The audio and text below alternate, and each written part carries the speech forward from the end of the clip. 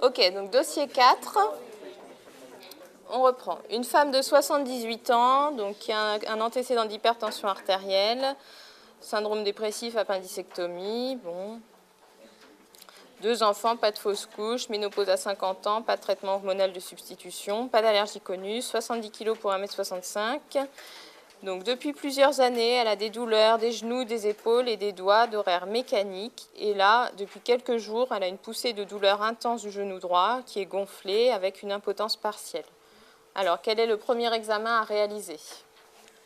Donc, on va faire une ponction articulaire du genou droit après un bilan d'hémostase devant le gonflement et l'impotence partielle du genou.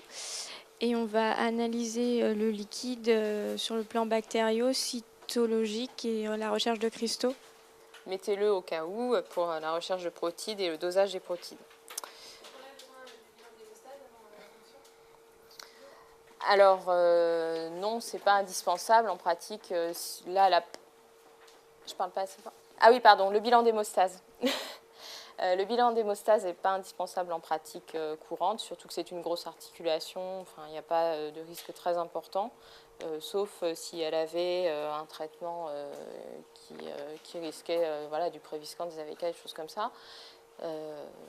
Donc non, ce n'est pas indispensable. À l'hôpital, en pratique, on l'a toujours, mais en ville, je ne pense pas que les rhumatologues fassent un bilan d'hémostase avant de fonctionner. Il n'y a pas besoin de radio avant une ponction.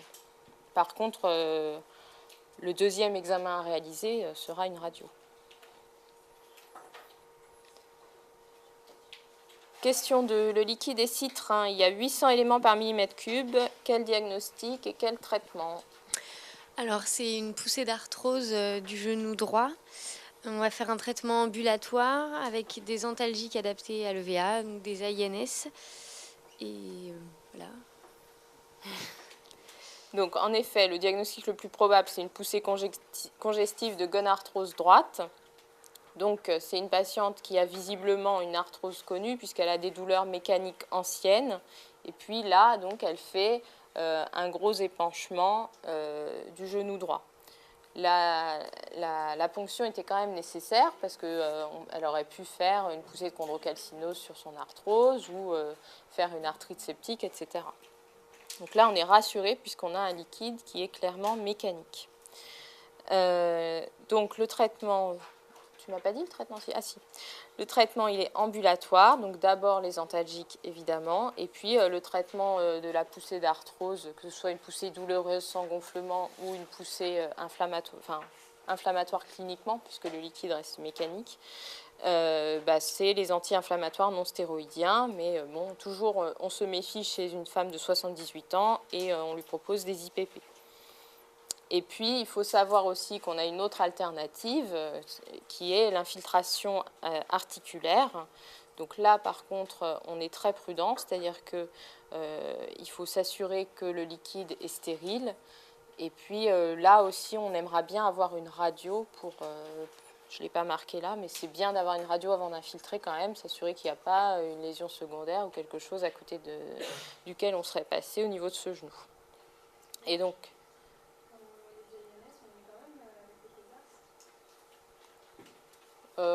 pour une petite, un petit traitement comme ça qui va durer quelques jours, tu peux. Mais c'est vrai qu'elle a un antécédent d'HTA, donc il faut être prudent. Vous savez qu'il y a eu tout un scandale avec pour les anti-inflammatoires par rapport au traitement antihypertenseur. Il y a eu toute une histoire avec le Vioxx et les risques coronariens. En fait, maintenant, on se rend compte que tous les anti-inflammatoires ont un risque coronarien, quel que soit leur type, que ce soit des non spécifiques ou des anti-COX-2. Donc, il faut avoir ça en tête. Et c'est pour ça que, d'autant plus chez une personne âgée ou qui a des antécédents cardiovasculaires, il faut toujours être prudent avec les anti-inflammatoires. Maintenant, en pratique, on les donne très souvent. En petite cure comme ça c'est pas comme mettre des anti-inflammatoires au long cours pour tous les jours. Et puis, raison de plus aussi donc, pour discuter si on a le moindre doute ou si on sait qu'il y a un risque important, les synovies-orthèses. Donc, il faut y penser quand c'est comme ça une seule articulation, que ce soit donc, dans une atteinte mécanique comme ça, en poussée, on n'a qu'une articulation, plutôt que de mettre un traitement systémique, un traitement local, on espère que ça aura moins d'effets indésirables, même s'il y a toujours un petit passage systémique de la cortisone injectée localement. Ou quand c'est dans un rhumatisme inflammatoire, tout va bien sauf une articulation. Là aussi, c'est un bon contexte pour proposer une infiltration locale de cortisone. Donc là, le risque des infiltrations, il est d'avoir une arthrite septique secondaire. Donc, toujours les réaliser dans de bonnes conditions d'asepsie. Et si vous avez un cas de fièvre après une infiltration, évoquez l'arthrite septique, évoquez aussi l'infiltration, l'infection à mycobactéries, en particulier la tuberculose articulaire, qui peut être favorisée par les infiltrations de cortisone, surtout quand c'est un peu retardé.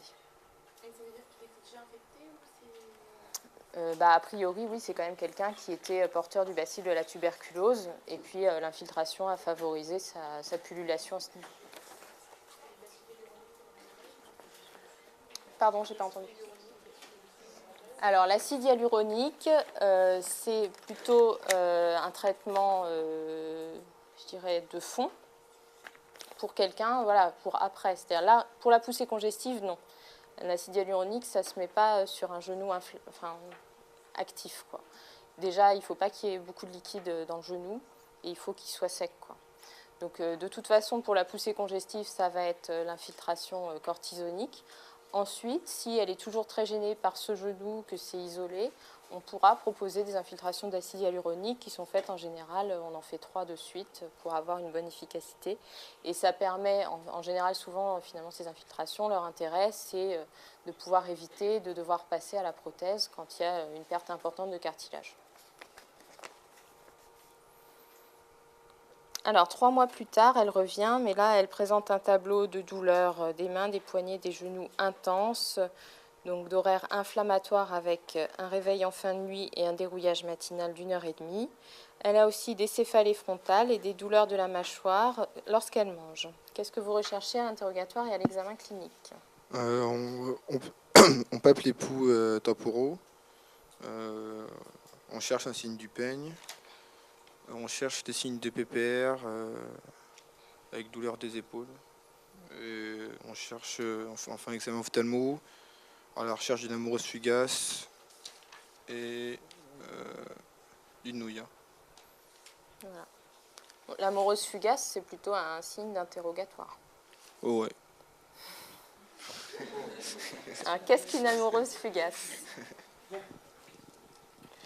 Donc, une amoureuse fugace, c'est que pendant un moment, on ne voit plus.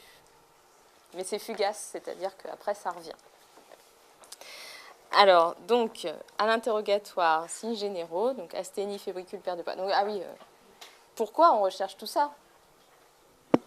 À la recherche d'un Horton ou Voilà, PPR. absolument. Donc, on va rechercher des arguments pour une maladie de Horton. On a une forte présomption, puisque douleur inflammatoire, et puis surtout ces céphalées d'apparition récente chez une femme âgée et une claudication de la mâchoire. Donc, on recherche signes généraux, asthénie, fébricule, perte de poids, qui sont souvent présents dans le Horton et qui peuvent être même parfois isolés. Ensuite, il y a d'autres signes qui entrent dans la même catégorie que la claudication de la mâchoire ou les céphalées, qui sont le signe du peigne avec une douleur lorsqu'on se coiffe, liée à une hyperesthésie du scalp. Il peut même y avoir des nécroses du scalp ou aussi de la langue et des douleurs de la langue. Donc ensuite, Horton, il y a aussi une pseudopolyarthrite rhizomélique qui peut être associée, qui n'est pas toujours associée. On peut avoir des PPR seuls sans Horton, des Horton sans PPR. Donc là, c'est les douleurs des ceintures, d'horaires inflammatoires et qui sont articulaires et musculaires, donc les ceintures pelviennes et scapulaires. Ensuite, les signes d'atteinte ophtalmo, c'est très important d'y penser dans le Horton puisque c'est ce qui fait la gravité de la maladie. Donc ça se manifeste donc, par des amoureuses fugaces ou par des baisses d'acuité visuelle. Donc l'atteinte le plus fréquemment, c'est la noia, la névrite optique ischémique antérieure aiguë. Et on peut aussi avoir, c'est moins fréquent, des occlusions de l'artère centrale de la rétine. Et puis à l'examen clinique le plus important, donc ça va être de palper les poux temporaux et puis l'examen ophtalmo complet. Alors, quel bilan complémentaire on fait ? Donc on va mettre en évidence le syndrome inflammatoire. On fait un FS, VS, CRP. La VS et la CRP, ça sert aussi pour le suivi sous traitement. Mhm. On va faire des radios des articulations douloureuses. Et on va faire une biopsie de l'artère temporale pour mettre en évidence l'artérite l'artérite granulomateuse à cellules géantes. Voilà. Bon, c'est bien. Donc en effet, on recherche un syndrome inflammatoire biologique.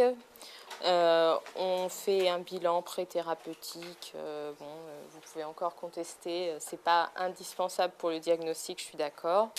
Et puis, il faut savoir que le bilan hépatique peut être perturbé. Il peut y avoir une petite cholestase dans la maladie de Horton. Ensuite, donc s'il y a une articulation ponctionnable, on la ponctionne. C'est toujours bien d'y penser. Donc on en attendrait un liquide inflammatoire stérile sans cristaux. On fait des radios des articulations douloureuses pour s'assurer qu'il n'y a pas d'érosion qui nous ferait modifier notre diagnostic articulaire. Voilà. Et puis une radio de thorax de face, puisque on va avoir besoin d'être un traitement qui est potentiellement aussi immunosuppresseur. Voilà, et puis bien sûr, le diagnostic, pour le confirmer, le meilleur examen, c'est la biopsie de l'artère temporale. Donc on la fait d'un seul côté, elle va être guidée par la clinique, c'est-à-dire qu'on va biopsier du côté où on sent moins bien le pouls temporal, ou on peut aussi faire un Doppler pour voir s'il y a un côté où ça semble être plus altéré. Donc il faut savoir qu'il faut toujours un fragment d'une bonne longueur qui doit être de 2 à 4 cm parce qu'il y a des signes qui sont segmentaires et focaux, c'est-à-dire qu'il peut y avoir des zones normales alternées avec des zones où il y a des signes d'artérite. Donc ça se fait sous anesthésie locale et le but c'est de faire l'examen anatomopathologique. Voilà. Alors la BAT elle n'est pas obligatoire lorsque on a un tableau clinique très typique, on n'est pas obligé de faire la biopsie de l'artère temporale. Il faut savoir, c'est encore là un examen quand même assez invasif. Mais je pense qu'en pratique, c'est quand même important, avant de mettre une corticothérapie à forte dose, d'avoir des arguments aussi un petit peu objectifs, parce que chez une personne âgée, c'est jamais anodin non plus. Donc au moindre doute, on n'hésite pas. Et dans la question, il faut la citer, quitte à préciser cette petite nuance. Donc, vous aviez cette coupe histologique. Alors, je ne sais pas si vous êtes très expérimenté en anatomopathologie. Je pense que, même sans regarder la photo, vous deviez trouver ce qu'il y avait à dire. Qui est-ce qui va me répondre? Vas-y.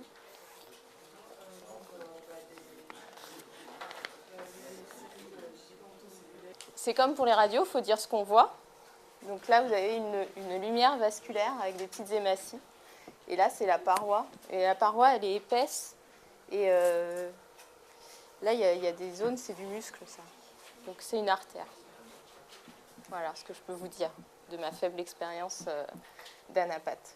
Ensuite, l'infiltrat inflammatoire, c'est ça, c'est toutes ces petites cellules-là, c'est des lymphocytes qui sont présents dans la paroi de l'artère, et c'est au niveau de la limitante élastique interne qui se trouve là. Je ne sais plus exactement les... Et puis là, vous avez une cellule avec plusieurs noyaux. Ça, c'est une cellule géante. Je crois qu'il y en a une autre. Enfin, celle-là, elle est belle. C'est quand même une image qui est mise sur le site du CRI comme image typique. Donc il y a tout. Donc une cellule géante, ça ressemble à ça. Voilà. Donc, voilà, c'est une artérite, puisqu'il y a de l'inflammation de la paroi de l'artère, et il y a une cellule géante, donc c'est une maladie de Horton.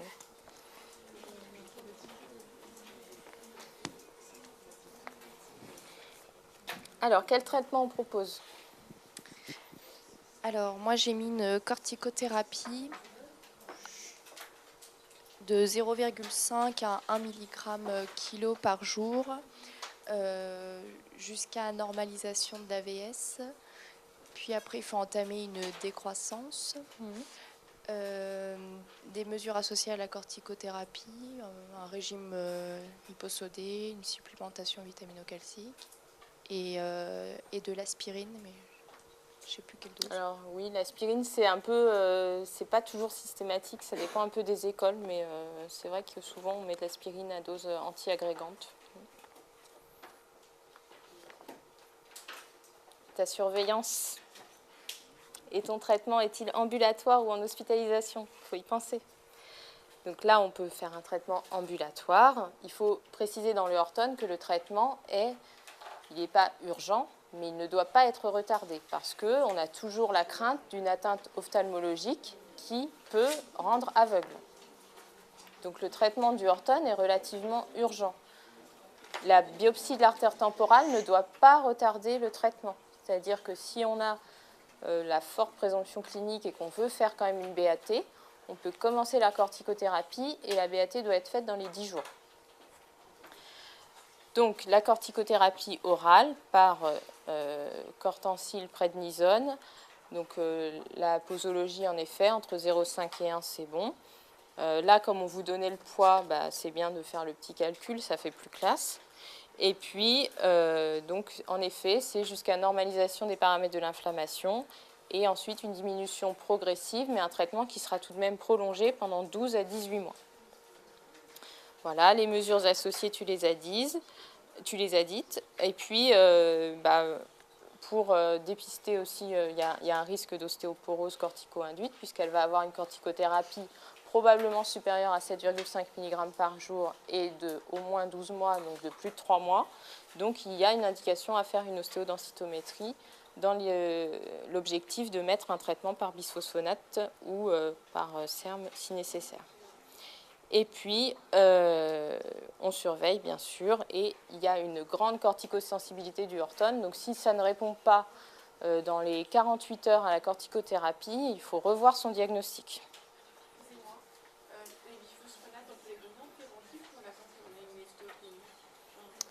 L'indication, normalement, il faut qu'il y ait une ostéopénie. On peut donner que de la vitamine D et du calcium. Sinon, tu donnes uniquement la supplémentation vitamino-calcique.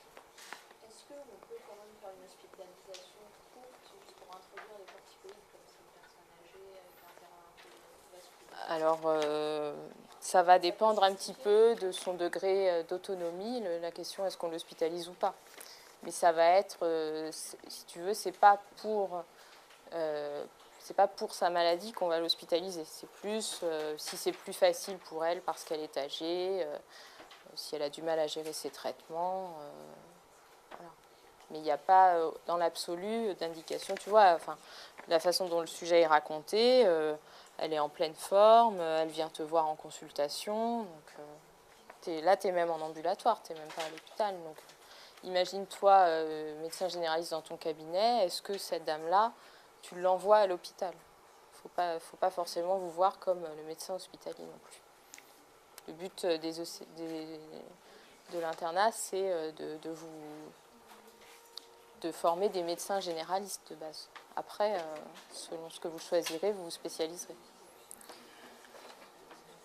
Alors, le dossier 5. Y a-t-il d'autres questions ou on passe à la suite?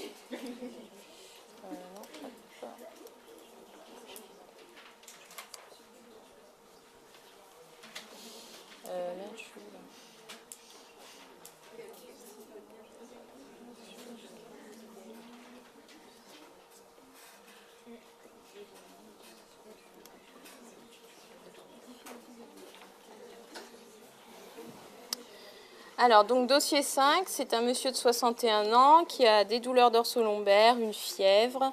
Ça fait quelques semaines, il est sénégalais. Et ça y est, vous avez le diagnostic. Alors, donc, depuis quelques semaines, douleurs dorso-lombaires intenses, réveil nocturne. Il est fatigué, il dort mal, il a des sueurs nocturnes, il a perdu du poids, il a 38 de fièvre. Il n'y a pas de ganglion, il n'y a pas d'anomalie cardiopulmonaire ni abdominale, il n'y a pas d'anomalie neurologique. Et puis il a mal quand on palpe au niveau de la charnière dorso-lombaire avec une raideur lombaire puisque le Schober est à 10 plus 2,5. Donc, vous avez fait une radio de thorax, elle est normale, et puis cette radio. Il a un petit syndrome inflammatoire biologique avec une CRP à 54. Le reste de la biologie est normal. Alors, quels sont les différents types de douleurs et leurs méthodes d'évaluation?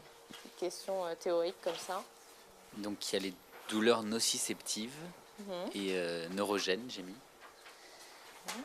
Et pour les évaluer, donc l'interrogatoire avec la localisation, le type et puis l'intensité avec une EVA. Voilà, c'est tout ce que j'ai mis. Voilà, donc là, c'est une question, tu vois, il y a 16 points là-dessus. Tu te dis, il va falloir détailler, il faut grappiller. Hein. C'est une question de blabla, je dirais, si on peut la mettre dans cette catégorie. Donc il faut essayer de trouver des points. Donc, on peut distinguer douleur aiguë et douleur chronique. En général, aiguë inférieure à 3 mois, chronique supérieure à 3 mois. On peut aussi distinguer, comme tu l'as dit, les douleurs par excès de nociception et les douleurs neuropathiques ou neurogènes. Et puis, en rhumato, on distingue souvent les douleurs mécaniques des douleurs inflammatoires. Et puis, la douleur, comment caractériser une douleur? Alors ça, c'est de la sémio de P2. Localisation, type de douleur, intensité de la douleur. Là, on fait un petit blabla sur les façons de coter les intensités des douleurs avec notamment l'EVA. Donc, je pense que c'est bien d'expliquer comment se déroule une EVA dans cette question. L'horaire, bon, ça, on a déjà parlé. Et puis, les facteurs aggravants et améliorants et l'efficacité des traitements. Alors, on interprète la radio, oui. Juste pour les douleurs mécaniques ou inflammatoires, mais ça rentre dans le cadre des douleurs par excès de nociception. C'est pas des douleurs neurogènes? Oui, en général, les douleurs neurogènes, il n'y a pas vraiment... on ne peut pas utiliser les termes mécaniques ou inflammatoires. On peut dire douleur neuropathique nocturne, quoi, mais on va pas... Mécanique et inflammatoire s'adaptent plus aux douleurs par excès de nociception. Alors, interpréter la radiographie. J'ai mis que c'était une radiographie du rachis lombaire de profil, voilà, qui avait a priori un tassement vertébral, mais alors après pour les localiser j'ai eu du mal. Peut-être T12, c'est l'air d'être T12, et peut-être un pincement entre L1 et L2 du disque intervertébral. Ok. Alors, donc là, je vous ai mis un petit truc que j'ai appris en 3e semestre.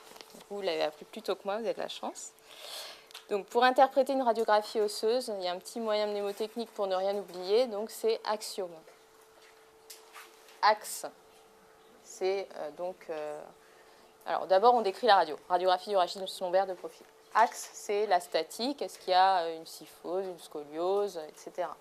Donc là, on a une déformation en kyphose au niveau de la charnière dorso-lombaire. Ensuite, I comme interligne. Donc on regarde les interlignes articulaires. Alors donc là, vous aviez le sacrum. Hein. Donc là, c'était L5, 4, 3, 2, 1, D12, D11. Donc les interlignes articulaires. Alors les disques lombaires sont de plus en plus épais jusqu'au disque L4, L5 qui est censé être le plus épais. Et le L5, S1 peut être un peu plus petit que le L4, L5. Donc quand il y a des pincements, il faut tenir compte aussi de ça. C'est-à-dire que si le L4, L5 est égal au L3, L4, c'est qu'il y a un pincement de L4, L5. Bon, là, ils étaient pas mal, sauf en effet le L1, L2 qui est un peu pincé. Et puis en fait, alors bon, ça, c'est vrai que là, vous voyez peut-être pas très bien sur vos impressions, mais il y a une petite tache noire là en plein milieu du disque qui pourrait peut-être correspondre à un phénomène de vide discal. Donc c'est l'impression comme ça qu'il y a de l'air dans le disque. On ne sait pas si c'est vraiment de l'air, mais c'est ce qu'on appelle un vide discal. Et ça, c'est un signe de disque dégénératif, c'est-à-dire de pathologie type arthrose. Et puis là, cette interligne-là, il est pathologique, c'est-à-dire qu'on a un élargissement, une condensation des berges avec une formation là d'un pont osseux.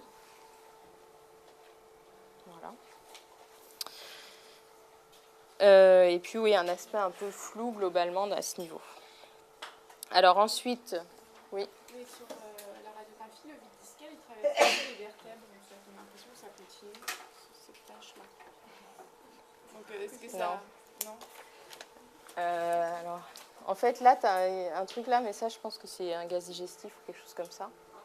Mais c'est pas à la suite. Hein. C'est une impression, c'est une image construite, le fait que ça te paraisse être à la suite.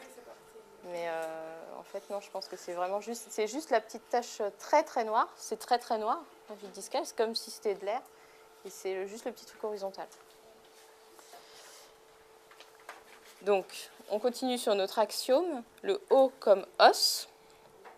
Donc, on regarde donc les structures osseuses.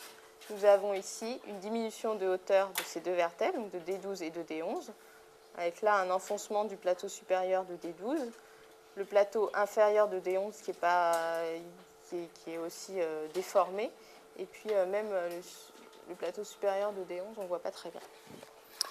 Voilà.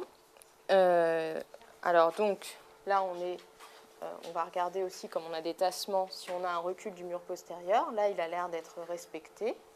Et puis, on va regarder aussi est-ce que l'os paraît homogène ou inhomogène. Là, il y a de la condensation. Ensuite, le M de axiome, c'est les parties molles. Donc, on regarde autour. S'il y avait, par exemple, un abcès en fuseau. Et puis, le E de axiome, c'est extension. C'est qu'est-ce qu'on pourrait faire pour mieux préciser une anomalie qu'on voit. Donc là, on a un aspect de spondylodicite, D11, D12, et puis il y a sûrement aussi une discopathie dégénérative à ce niveau-là. Là, vous avez aussi les petits ostéophytes.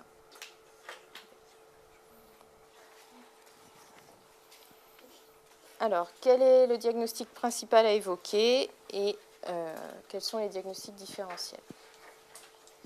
Alors, discospondylite à BK probablement. Parce qu'il est sénégalais, qu'il a des dorsolombalgies, qu'il a une altération de l'état général, que ça dure depuis quelques semaines, qu'il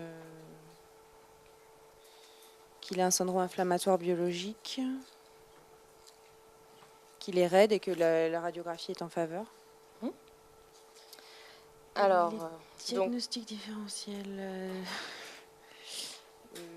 un myélome. Non, je sais pas. Ouais, vous pouvez. Une autre. Alors là, c'est vraiment un aspect. C'est vrai que moi, je suis partie plus sur les diagnostics différentiels du mal de Potte parce que c'est vraiment un aspect de spondylodicite. Il y a un disque complètement abîmé et les vertèbres sus et sous-jacentes atteintes. Donc c'est un aspect spondylodicite. Parce que là, tu as aussi une atteinte du disque. Tu as un disque élargi, tu as une condensation comme ça. Tu vois, c'est pas simplement un... Ouais. Là, c'est vraiment un aspect radiologique de spondylodicite. Donc, en effet, je suis plus partie donc, sur les diagnostics différentiels d'un mal de Potte, qui serait donc une spondylodicite d'autres causes, donc soit à germe pyogène, mais on aurait une évolution qui serait plus rapide, plus aiguë, ou on évoque aussi une spondylodicite mycotique, c'est beaucoup plus rare et ça survient sur des terrains à risque. Et puis, il faut savoir qu'il y a souvent des suspicions de spondylodicite qui s'avèrent être des atteintes rachidiennes de chondrocalcinose. Donc, il faut aussi connaître l'existence de ça. Et puis, et dans ces cas-là, parfois, justement, c'est l'existence d'un vide discal qui va permettre de faire la part des choses. Et puis, bon, on aura beaucoup moins de signes généraux dans ces cas-là. Et puis, alors, donc, les arguments pour le mal de Potte. Donc, il faut préciser dans ton diagnostic mal de Potte T11, T12.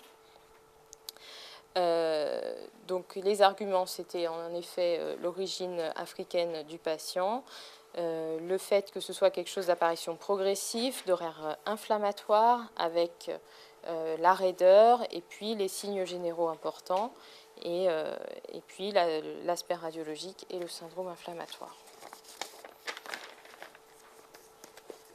Alors, quels examens complémentaires on doit faire et dans quel but? Toujours la même question. Alors, pour préciser l'atteinte vertébrale, on peut faire une IRM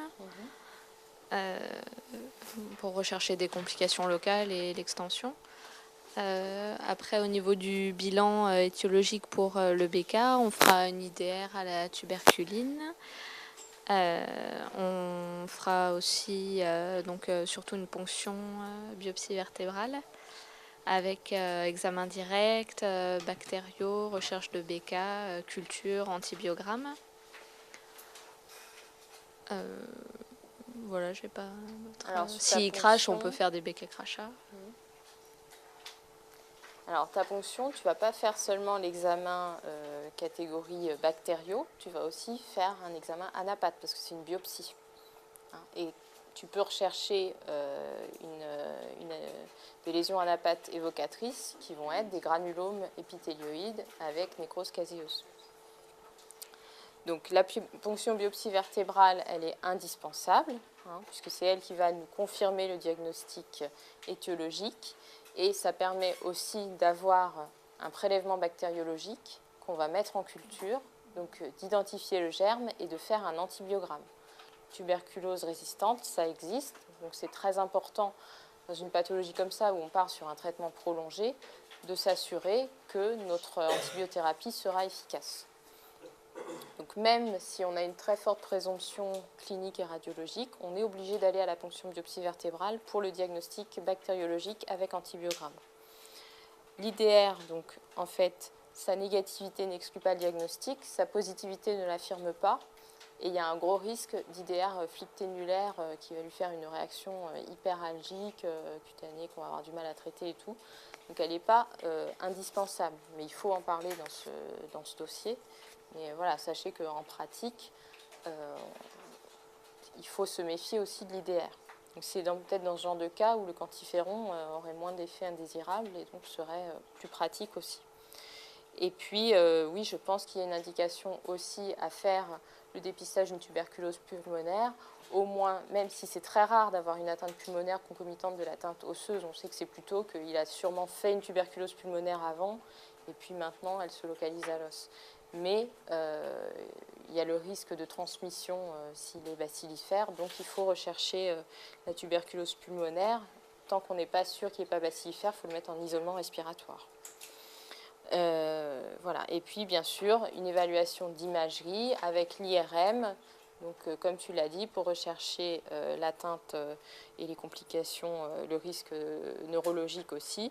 Et puis, rechercher aussi un abcès des parties molles. Quand il y a un abcès des parties molles en regard de lésions comme ça de spondylodycite, ça aussi, c'est quasiment pathognomonique du mal de Potte. Voilà.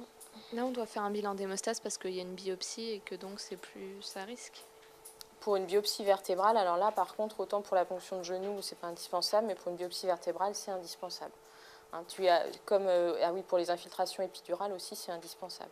Parce qu'on est à proximité du système nerveux central. Si on fait un hématome juste parce qu'il y a un trouble de la coagulation, c'est très risqué sur le plan neurologique.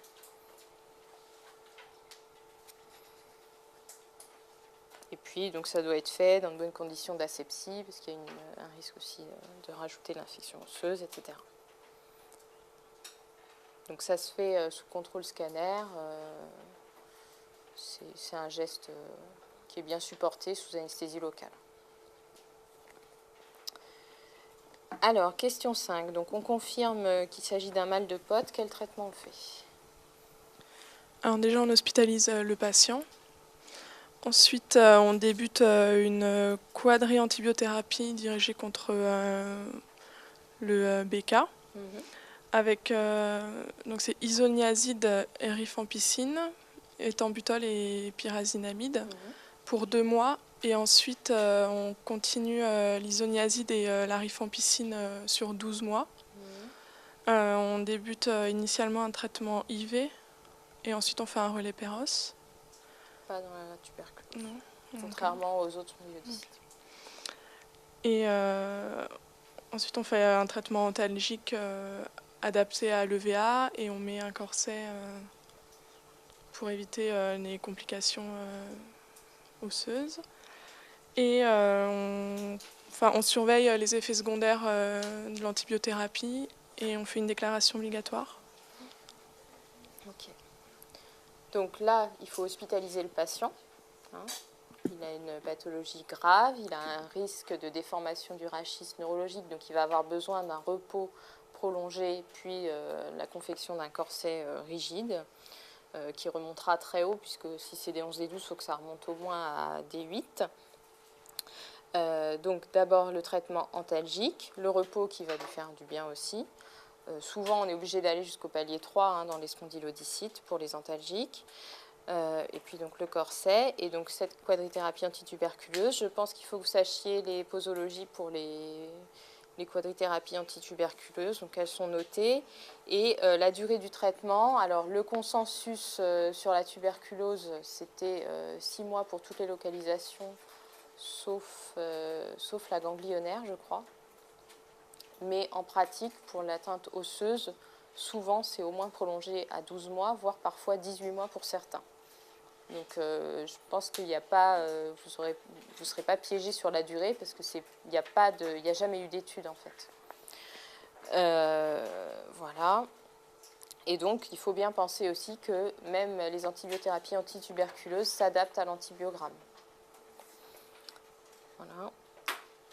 Et puis donc pensez toujours déclaration obligatoire dans la tuberculose, ça c'est un réflexe à avoir, et dépistage de l'entourage, voilà.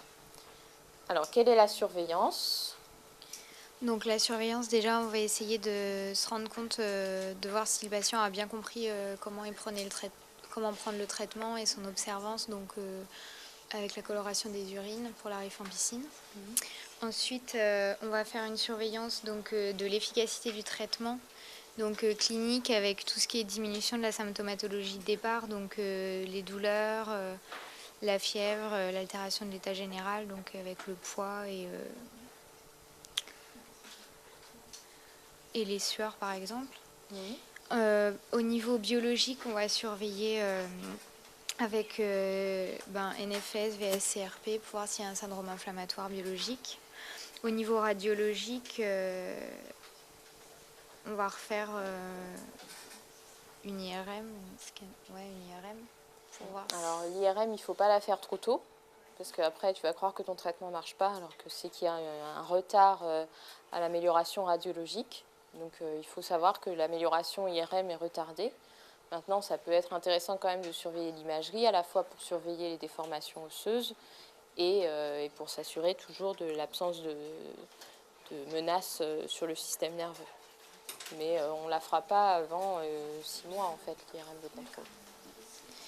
Et une surveillance de la tolérance aussi du traitement. Donc, voir si, notamment au niveau paraclinique, on doit faire un bilan hépatique pour voir s'il n'y a pas une cytolyse hépatique. Donc, on fait azatalate. On va surveiller aussi l'uricémie, parce qu'on peut avoir une hyperuricémie. Alors, je ne me rappelle plus avec lequel. C'est le pyrazinamide qui peut donner des hyperuricémies. On va surveiller, donc on va faire un examen ophtalmologique avec surtout la vision des couleurs. Et moi, c'est tout ce que j'aurais fait. Donc la surveillance paraclinique des antituberculeux, en effet, c'est les transaminases pour la rifampicine, l'isoniazide et le pyrazinamide, l'uricémie pour le pyrazinamide et la vision des couleurs pour l'étendutol. Et puis voilà, tout le reste tu l'as dit. Oui, très important le poids dans la tuberculose, que ce soit pulmonaire ou ailleurs. C'est un très bon marqueur de l'évolution favorable sous traitement. Oui, ah oui, j'avais dit que je donnerais mon mail. Donc mon mail c'est afrasier, A-F-R-A-Z-I-E-R, tout attaché. Afrasier, c'est Z ou un... Z, A-F-R-A-Z-I-E-R, @free.fr. Arrobas, quoi.